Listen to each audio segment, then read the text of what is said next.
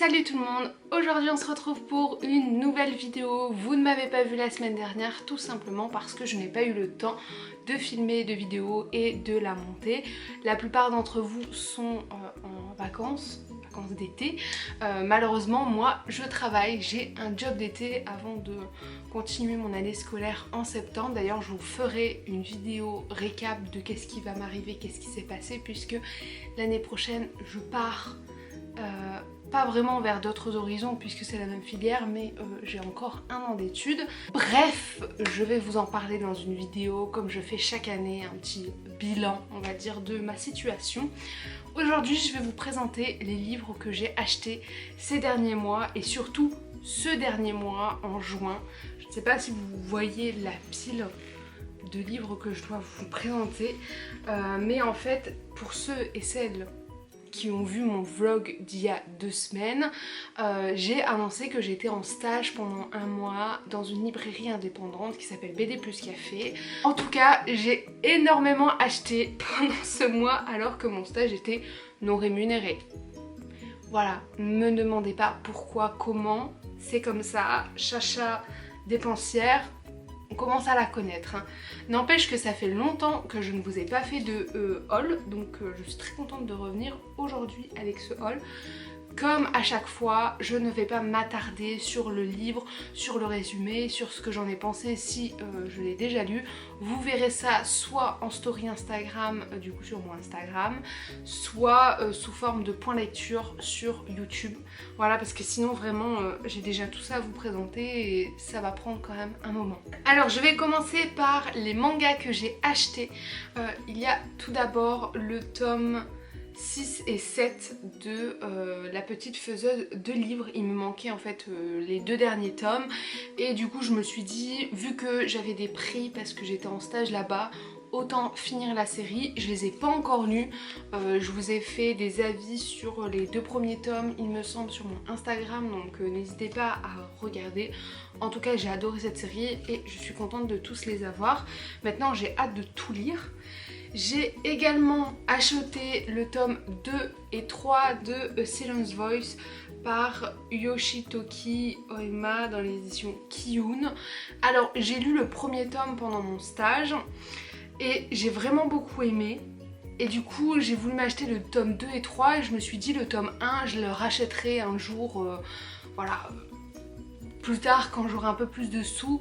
Et là je veux juste continuer ma lecture, donc c'est pour ça que j'ai pris le tome 2 et 3. Toujours dans les éditions Kiyun, j'ai craqué pour ce manga Lonely World d'un auteur que je ne pourrais pas prononcer le nom parce que on va pas juste enfoncer le couteau dans la plaie. Alors je dois vous avouer que j'ai tout d'abord craqué pour cette couverture vraiment très très cool, et quand j'ai lu à peu près la 4e de couverture, dans les grandes lignes, j'ai trouvé que c'était une histoire pour laquelle je pourrais accrocher, donc j'ai décidé d'acheter le premier tome. Encore une série vous me direz, mais bon, on n'est plus à ça près, hein. À partir d'un moment. J'ai également acheté chez Kiyun le tome 2, 3 et 4 de Beastars, comme vous voulez, donc de Paru Itagaki. Oh là là, je sais jamais, hein. Vraiment me demandez pas de lire votre nom de famille s'il est compliqué parce que moi ça va pas aller. Bref, j'ai acheté la suite parce que mon collègue me disait que c'était vraiment une très très bonne série. J'ai acheté aussi, tel un petit mouton, le Beast Complex. Donc là c'est une trilogie qui est dans le même univers que Beastars, qui apparemment a les mêmes sujets on va dire, mais c'est pas les mêmes personnages, donc on verra ce que ça donne. Grâce à ceci j'ai eu les illustrations qu'il y avait en bonus si vous achetez un tome de Beast Complex et un tome de Beastars. Et ben vous aviez des illustrations, un portfolio en fait avec plusieurs illustrations que j'ai eu. Je l'ai pas sous la main donc voilà, je vous mettrai des photos de la promotion et j'étais très contente de recevoir ceci. C'était gratuit hein, pour l'achat du coup de mangas et il y en avait une quantité limitée donc j'ai sauté sur l'occasion. J'ai également pris les 3 tomes de Mashle chez Kazé de Hajime Komoto. Alors clairement j'ai lu les 3 tomes et je les ai achetés après parce que je me suis dit ça c'est une série que je pourrais en fait continuer et que mon copain pourrait lire également. C'est vrai que Kazé, je trouve qu'ils ont fait beaucoup de promotions sur ce manga là en disant que c'était vraiment révolutionnaire, que c'était plusieurs univers entremêlés et tout. Je suis d'accord dessus mais ça méritait pas la pub qu'il y a, même si j'ai clairement adhéré vu que j'ai acheté les 3 premiers. Ensuite, alors d'abord j'ai lu ces deux là, Olympia qui Close, donc de Mari Yamazaki dans les éditions Casterman. C'est en 3 tomes, donc j'ai déjà lu les 2 tomes, je les ai déjà achetés donc j'attends le 3e avec impatience. C'est une histoire avec de la Grèce antique plus notre monde de 1960. Donc clairement c'est tout ce que j'aime. Moi vous mettez juste mythologie dans le titre ou dans le résumé derrière, c'est bon hein, j'achète hein. Donc j'avais vraiment beaucoup aimé et mon collègue il m'a conseillé celle-ci de série qui est en fait par le même auteur que Olympia qui Close. Ça c'est sa dernière série, ça c'était une de ses anciennes séries. Il y avait aussi Romae Terrae, un truc comme ça que je vais acheter aussi par la suite et à chaque fois c'est à peu près le même scénario avec un mélange de la Grèce antique et de notre monde moderne. Du coup j'ai très hâte de découvrir. Je sais que lui je crois qu'il est en 8 ou 9 tomes, quelque chose comme ça. On va y aller mono. Et le dernier manga que je me suis acheté, il s'agit de Terrarium, le premier tome de Yuna Hirasawa ou Hirasawa, je ne sais pas, dans les éditions Glénat. Je l'ai lu encore une fois avant de l'acheter et en fait j'ai bien aimé le monde qui était construit. Le premier tome est très introductif, ça présente beaucoup de problèmes qui vont arriver ou de petites questions, de petits mystères, mais clairement j'ai envie de continuer l'aventure et de voir ce qu'ils peuvent nous pondre avec ça. Par contre je trouve que comme d'habitude leurs mangas sont très courts pour le prix, mais bon bref. Maintenant que j'ai fait le tour sur les mangas, donc vous avez vu que j'ai voulu continuer d'une part certaines séries mais j'en ai commencé quand même pas mal et encore je me suis limitée et il y a beaucoup de choses que j'ai lues sur place. Du coup je vais vous présenter maintenant les bandes dessinées que j'ai achetées. Tout d'abord, pendant mon stage, il y a eu l'opération comics de Urban Comics à 4,90€ qu'ils avaient déjà fait l'année dernière et que du coup ils ont refait cette année. Donc j'étais contente parce que voilà, le premier jour où on les a eus, j'ai pu choisir ce que je voulais, même si je trouve que ça n'a pas autant marché que les années précédentes. Du coup dans la sélection nous avons pris avec mon copain les Sirènes de Gotham parce que j'avais très envie de découvrir ceci. Nous avons pris Harley Quinn Rebirth, alors c'est le premier tome. Clairement je sais pas si je continuerai après, mais je me suis dit pour découvrir peut-être. Au niveau des Batman, mon copain a pris l'Asile d'Arkham, Batman vs le Pingouin, Batman vs Deathstroke. Et ensuite on s'est pris le gros Justice League Forever Ever. C'est pas toute la sélection, il y avait d'autres titres qui étaient disponibles. Clairement ces comics là vous pouvez peut-être encore les retrouver chez votre libraire, je sais pas du tout.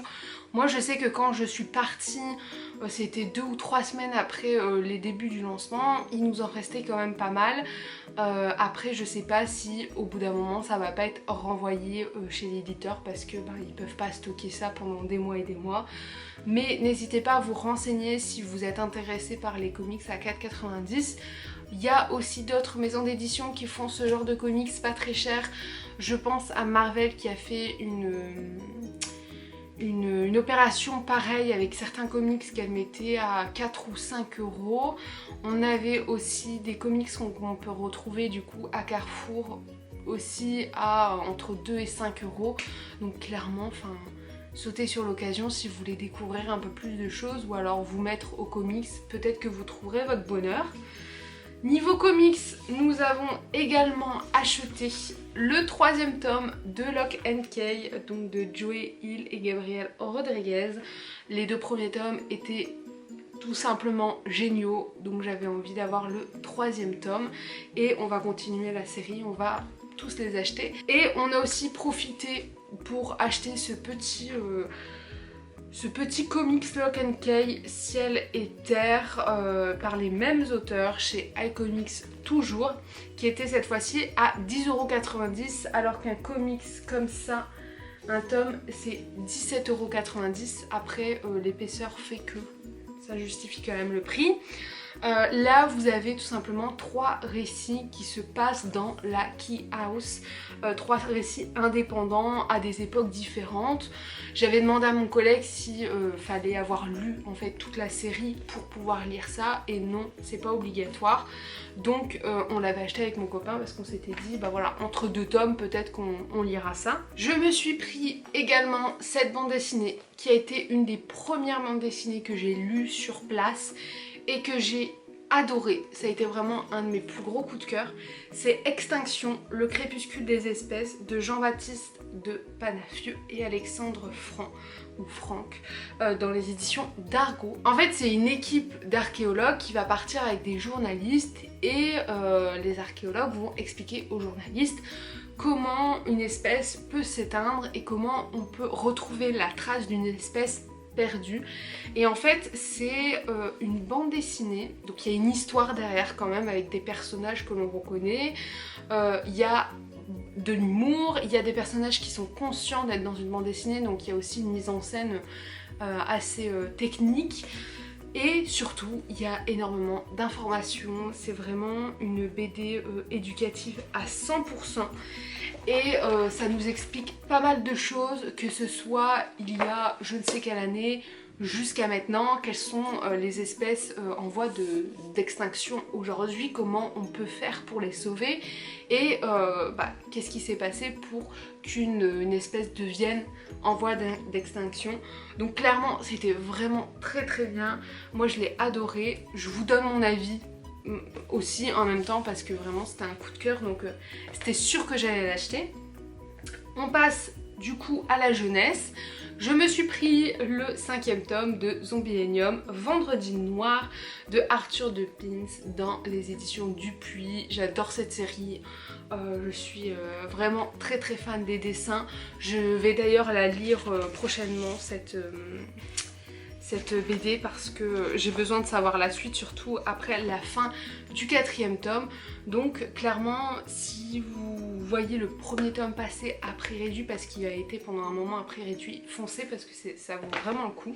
J'ai également pris bien évidemment le nouveau Joe Staunton qui s'est allié à Ben Quinn pour faire la BD Ours. Cette bande dessinée des éditions Kinaï est un peu particulière, vous avez un format pas classique, une couverture souple, un mode de lecture vraiment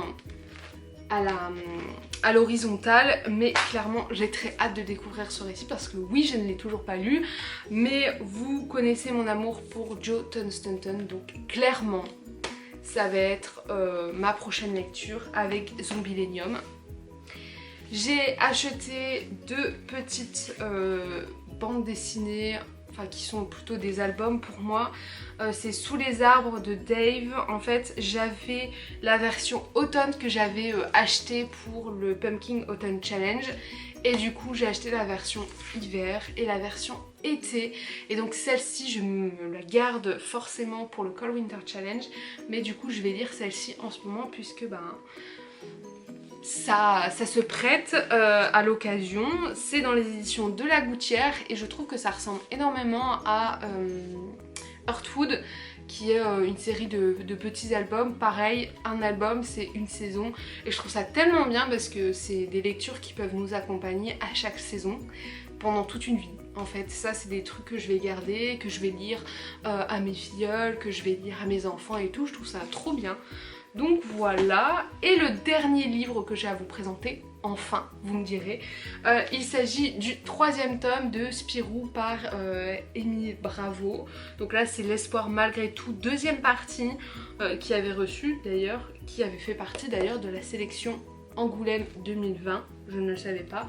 Mais moi j'ai les 2 premiers tomes, je les ai lus, je les ai adorés, donc je me suis dit, allez, on achète le 3e tome vu que voilà, j'avais un prix, encore une fois, c'était un peu l'excuse pour tout. Mais j'aime beaucoup les histoires de Spirou, c'est des histoires sans prise de tête, vraiment de l'époque, hein, style Tintin et tout, ça vole pas haut. Mais moi j'adore ces histoires-là, je sais pas, ça me rappelle une période de mon enfance où je lisais que des Tintins et des Astérix, donc j'aime bien racheter des réécritures. Et voilà, j'en ai terminé du coup avec mes derniers achats. J'avoue que j'ai un petit peu craqué pendant ce mois, mais je me suis dit, bah t'as un prix, donc vas-y. Non mais vraiment, en fait c'était vraiment... J'ai lu énormément, j'ai pas acheté évidemment tout ce que j'ai lu, et le fait de pouvoir lire, enfin d'avoir pu lire sur place, ça m'a permis de faire une sélection et de ne pas acheter des livres que je voulais acheter, et je me suis dit bah non en fait ça vaut pas forcément le coup.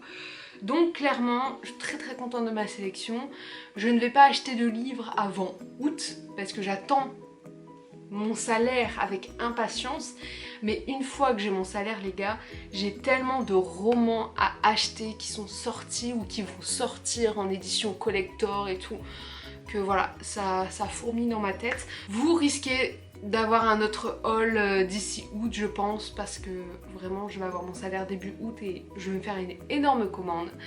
Bref, j'espère que cette vidéo vous a plu. Dites-moi en commentaire quels sont les derniers livres que vous avez achetés. Je serais bien curieuse de savoir si vous êtes plutôt team c'est les vacances, je m'achète plein de livres, ou non j'ai une trop grande pile à lire, il faut que j'économise, donc pendant les vacances je vide ma pile à lire.